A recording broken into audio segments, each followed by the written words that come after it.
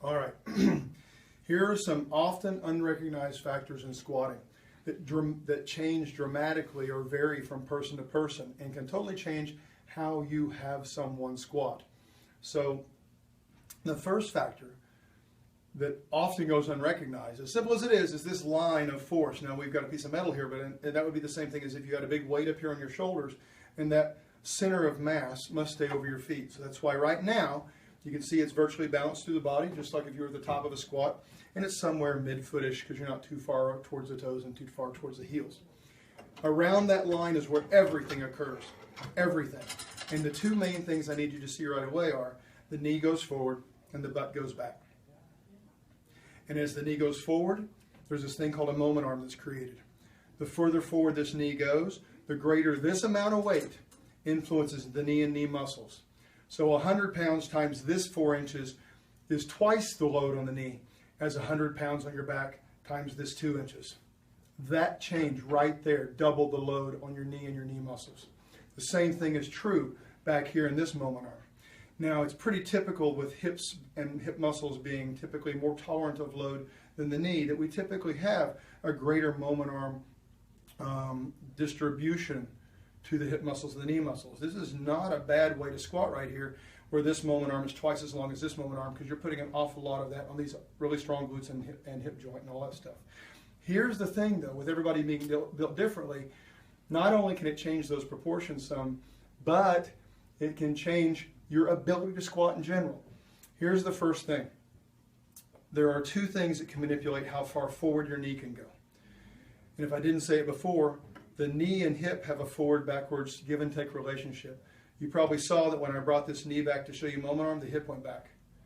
If the knee goes forward, the hip doesn't have to go back as far. So take a look. If you have limited dorsiflexion, here you are. That's as far as your tibia can lean forward, then that's going to totally influence how far back your butt has to go. So right there, dorsiflexion. Keep in mind that your dorsiflexion could be limited by tight stuff. It could be limited by weak stuff, creating the tight stuff. It could be limited by structure inside of you without anything you can do about that, called like a bone spur in your ankle. So don't go around thinking you can stretch everything and fix everything. Second thing that affects how far forward your knee goes is this length that we could call tibia, but it would be more accurate to call it floor to knee. Because anything under your heel affects that height or the length of this segment. And as you notice, if I lift the heel, it travels forward. As it travels forward, the butt comes forward. So along with that heel of your shoe, how much rise is in your shoe, there are also structural variances amongst people. The segmental proportions, where someone could, in proportion to their femur, have a really short tibia, or in proportion to their femur, have a really long tibia, which will influence things very differently.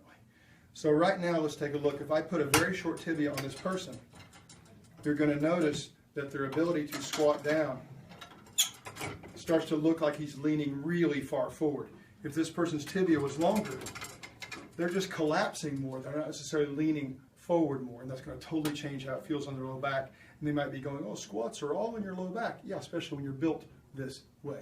And someone who's built differently, it will feel entirely different. And they'll say, no, squats are always in the quads. Why don't you understand this? They don't get that the proportions are critical to this assumption and sensation. So what happens if you're one of these people, and I'm going to exaggerate it. I'm not saying there's anybody exactly like this, but what if your femur was ridiculously long compared to this segment right here? You are never going to be able to squat all the way down. You're never going to be able to fold all the way up, ever. In order to get any lower than this, you're probably going to feel like you're falling. Most people with proportions that lean this direction will often say, I can't go any lower. Yet if you check their knee flexion, they have more than that. If you check their hip flexion, they have more than this. But their proportions do not allow them to go any further. Otherwise, they will fall down. If their trunk is short, it makes it even worse. If someone's trunk was so short that they had to put the weight roughly right here, they are bent forward and all they feel is low back and all they feel is hip. If, by contrast, you had someone with proportionally shorter femur, proportionally longer floor to knee, and proportionally longer torso in terms of where they can put the weight, this person can fold up, sit all the way down, and they have no idea why anybody thinks squatting is difficult. This person feels quads more than anything else. Halfway down looks like this to them. This is not getting fatigued because it's not all perpendicular to the ground. Totally different thing. So look again at the extremes.